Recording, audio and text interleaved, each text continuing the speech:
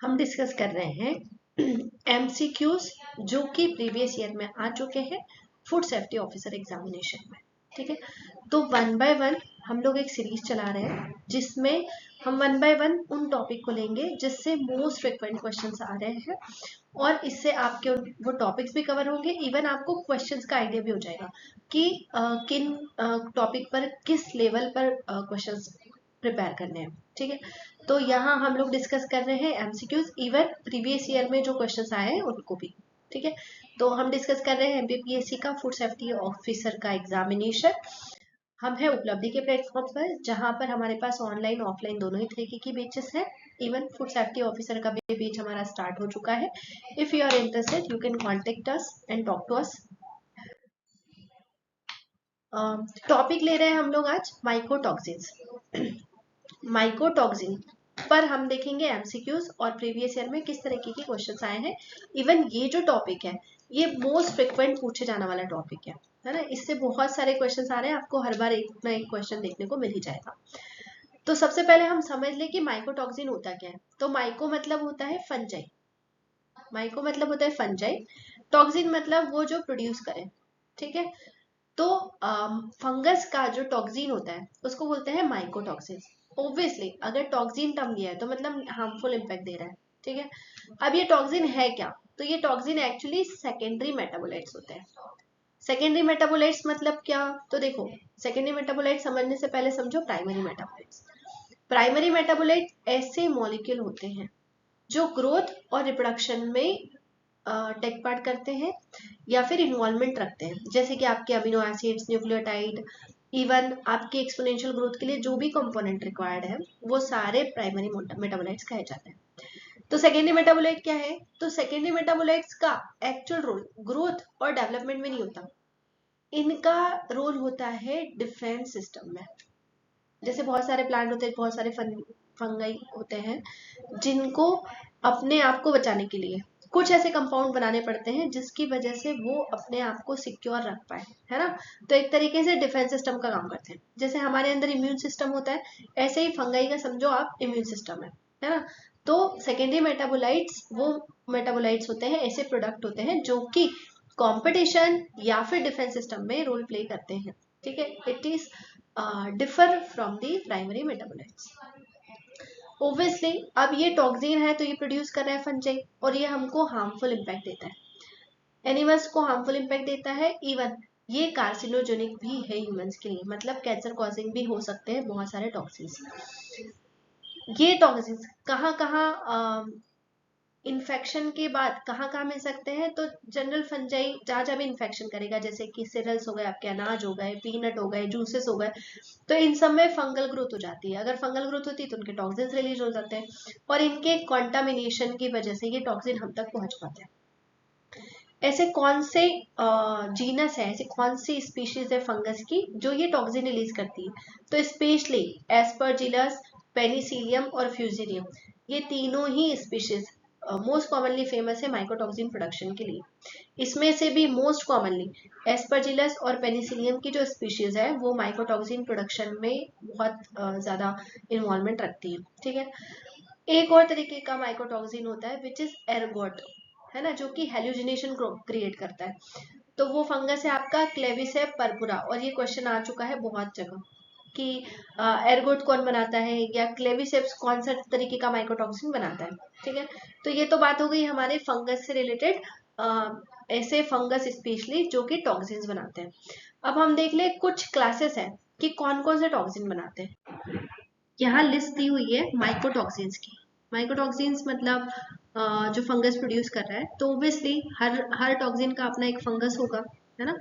तो इस लिस्ट में हम क्या क्या देखेंगे? हम देखेंगे माइकोटॉक्सिन्स कौन कौन से हैं, कौन प्रोड्यूस कर रहा है और उसका अपना टॉक्सिक इम्पैक्ट कैसा है, इसके साथ ये किस तरीके के फूड को कंटामिनेट कर रहा है। ठीक है, तो सबसे पहला है आपका अफ्लाटॉक्सिन। तो देखो इसमें दो टर्म है, ए और एफ एल ए। तो ए डिनोट कर रहा है यहाँ पर एस्परजिलस को और एफ एल ए डिनोट कर रहा है इसकी स्ट्रैंड विच इज फ्लेवस। ठीक है, तो ये पूरा नाम जो आया अफ्ला वो because of the Aspergillus फ्लेवस species की वजह से है। एस्परजिलस पैरासिटिकस भी अफ्लाटॉक्सिन प्रोड्यूस करता है। इसके इम्पैक्ट क्या है? तो ये हिपेटोटॉक्सिक है। हेपेटोटॉक्सिक मतलब हेपेटो मतलब लीवर, ठीक है, तो लीवर के लिए टॉक्सिक है, कार्सिनोजेनिक है मतलब कैंसर कॉज कर सकता है, इम्यूनोसप्रेसिव है मतलब आपके इम्यून सिस्टम को वीक करेगा।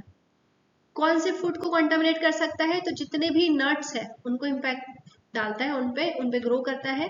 इसके अलावा जितने भी ऑयल सीड है, कॉटन सीड्स है, इन सब पर भी एस्परजिलस फ्लेवर्स का इन्फेक्शन होता है, जिसकी वजह से टॉक्सिन प्रोड्यूस होते हैं। अगला है आपका ओकराटॉक्सिन। ओकराटॉक्सिन ओब्वियसली स्पीशीज की वजह से है, विच इज एस्परजिलस ओकरेसी। क्या इम्पैक्ट है, तो नेफ्रोटॉक्सिक है। नेफ्रोटॉक्सिक मतलब किडनी पर इम्पैक्ट डालेगा, कार्सिनोजेनिक है मतलब कैंसर कॉज करता है, और ड्राइड फ्रूट्स पर इसका इन्फेक्शन हो सकता है। इसके अलावा वाइन, कॉफी, इन पर भी ये टॉक्सिन प्रोड्यूस हो सकते हैं, कॉन्टामिनेट कर सकते हैं, ठीक है। अगला टॉक्सिन है आपका फ्यूमोनिज्म, फ्यूमोनिजीन्स, है ना। फ्यूमोनिजीन्स प्रोड्यूस होता है बाय द फ्यूजेरियम स्पीशीज, और ये भी hepatotoxic, nephrotoxic, even neural tubes को भी डिफेक्टिव कर सकता है। ये फोकस है पूरा मेज पर, तो मतलब ये जो फ्यूजेरियम स्पीशीज है वो मेज को कंटामिनेट कर देती है, मेज प्रोडक्ट को कंटामिनेट कर देती है, ठीक है। अगला टॉक्सिन है आपका ट्राइकोथिसिन्स। ये ट्राइकोथिसिन भी फ्यूजेरियम स्पीशीज से है, लेकिन इसकी सब स्पीशीज स्ट्रेन्स में चेंज है, जैसे कि ग्रामिनेरियम है इसका स्ट्रेन। और ये क्या करता है, तो ये प्रोटीन सिंथेसिस को अफेक्ट करता है, इम्यूनोसप्रेसिव है, डर्मेटोटॉक्सिक है। डर्मेटो मतलब स्किन के लिए टॉक्सिक है। इसके अलावा एक डिसीज कॉज करता है, विच इज एलिमेंटरी टॉक्सिक एल्यूकिनिया, एल्यूकिया, ये डिसीज कॉज करता है, ATA, ठीक है। तो ये डिसीज कॉज होता है ड्यू टू दीज टॉक्सिन। और ये कौन से फूड प्रोडक्ट को अफेक्ट करेगा, कॉन्टामिनेट करेगा, तो सीरियल्स हो गए, व्हीट, बार्ले, मेज, लाइकवाइज। अगला टॉक्सिन है आपका जिरेलिनोन, और ये भी फ्यूजेरियम ग्रामिनेरियम से ही प्रोड्यूस होता है, और ये रिप्रोडक्टिव डिसऑर्डर्स देता है, जैसे कि एस्ट्रोजेनिक इफेक्ट, मतलब ये हार्मोनल इम्बैलेंस की वजह से और रिप्रोडक्टिव डिसऑर्डर क्रिएट करता है। और ये अफेक्ट कहाँ करेगा, तो ये भी सीरियल्स को अफेक्ट करता है, सोरगम, व्हीट, बार्ले। नेक्स्ट है आपका पोर्टलिन। पोर्टलिन पेनिसिलियम एक्सपांसम से सिक्रीट होता है, और ये गैस्ट्रो इंटेस्टाइनल डिस्टर्बेंस क्रिएट करता है।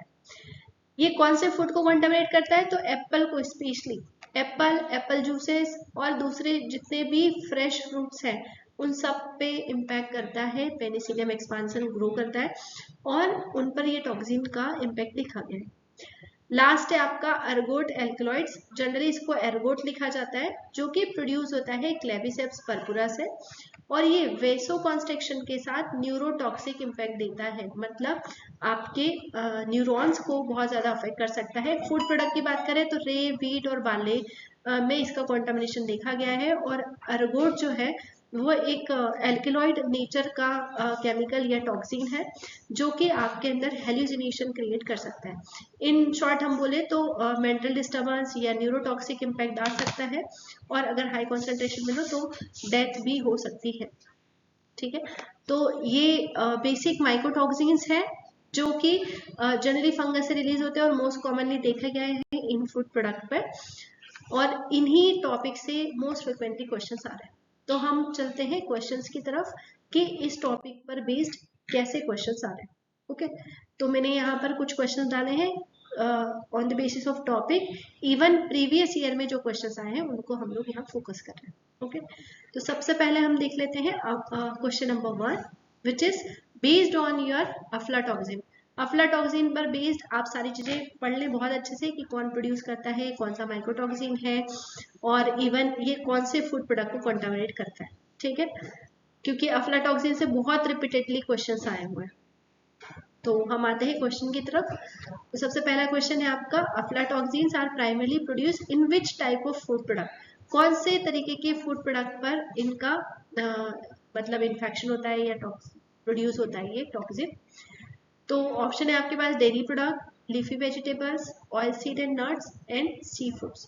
तो जैसा कि अभी हमने लिस्ट में देखा, आप दोबारा लिस्ट को देख ले। जितने भी ऑयल सीड्स और नट्स होते हैं उन पर अफ्लाटॉक्सिन और इनकी species like Aspergillus flavours release होता, ग्रो करता है और टॉक्सिन्स रिलीज करता है। तो ज्यादातर ऑयल और नट्स पे इसका इम्पैक्ट बहुत ज्यादा होता है, ठीक है। तो यहाँ पे आपका करेक्ट आंसर होता है C. Question number 2, Which of the following mycotoxins is primarily associated with hepatocellular carcinoma in humans? Humans में hepatocellular carcinoma कौन सा mycotoxin करता है? तो जैसे कि अभी हमने देखा अफ्लाटॉक्सिन, इसके भी बहुत सारे टाइप है, ये टाइप ही लिखा हुआ है यहाँ पे, तो उससे कंफ्यूज होने की जरूरत नहीं है। बाकी जो है वो हेपेटोसेलुलर कैंसर कॉज नहीं करते, इसलिए आपका करेक्ट आंसर होता है यहाँ पर बी। नेक्स्ट क्वेश्चन है question number third, which mycotoxin produced by Fusarium species is known as affect cells cause elementary toxic leukemia। जैसे कि हमने लिस्ट में देखा एल्यूकिया फ्यूजेरियम स्पीशीज है और एल्यूकिया डिसीज कॉज करता है, तो ये है आपका ट्राइकोथिसिन्स।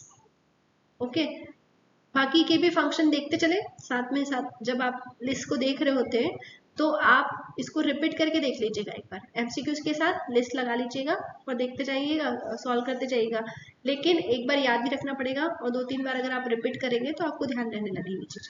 ठीक है, नेक्स्ट क्वेश्चन है आपका patulin, a mycotoxin found in rotting fruits like apples mainly produce by. देखो पोर्टलिन है ना, किसको अफेक्ट कर रहा है? तो एप्पल और फ्रूट्स, एप्पल लाइक फ्रूट्स जो होते हैं उनको इन्फेक्ट करता है। तो इनमें से कौन सा फंगस है जो ये प्रोड्यूस करता है ये माइकोटॉक्सिन? पोर्टुलिन, है ना। तो ये प्रोड्यूस होता है जनरली पेनिसिलियम एक्सपांसम। जैसे यहाँ हम लोग डिस्कस कर रहे हैं PYQs, प्रीवियस ईयर में पूछे गए क्वेश्चन। ठीक है, तो मैंने यहाँ क्वेश्चन ऐड किए हैं। सबसे पहले हम ये क्वेश्चन देख लेते हैं। Question number 1, which is micro organism involve in ergot poisoning. तो अर्गोट पॉइजनिंग में हमने जैसे देखा कि क्लेविसेप पर्पुरा करता है, तो उसके अकॉर्डिंग हम ऑप्शन देख सकते हैं, जैसे कि Bacillus cereus, Aspergillus flavus, Claviceps purpurea और इकोलाई, है ना। तो most suitable answer as we know Claviceps purpurea. ठीक है, अफ्लाटॉक्सिन बेस्ड बहुत सारे क्वेश्चंस हर बार रिपीट हो ही रहे हैं, तो आप उसको भी बहुत अच्छे से देख लीजिएगा। कॉन्टामिनेटेड फूड देख लीजिएगा, प्रोड्यूस बाय देख लीजिएगा, है ना। अफ्लाटॉक्सिन कौन सी स्पीशीज प्रोड्यूस करती है? तो आपको स्पीशीज के नाम दिए हैं, जैसे कि एस्परजिलस, साल्मोनेला, फ्यूजेरियम, स्ट्रेप्टोकोकल। तो जैसे कि हमने पढ़ा है ए रिप्रेजेंट एस्परजिलस, तो अब ये कोई भूलने वाला ऑप्शन ही नहीं है। अब आपको ध्यान रहेगा कि एस्परजिलस ने ही अफ्लाटॉक्सिन बनाया है। ठीक है, last question, aflatoxin is produced by. तो अफ्लाटॉक्सिन कौन प्रोड्यूस कर रहा है? तो फिर से यहाँ पर आपको स्पीशीज दे दिए, Aspergillus species, Penicillium species, Alternaria species and none of this. तो डेफिनेटली हम लोग बोल सकते हैं कि इसका करेक्ट आंसर होगा।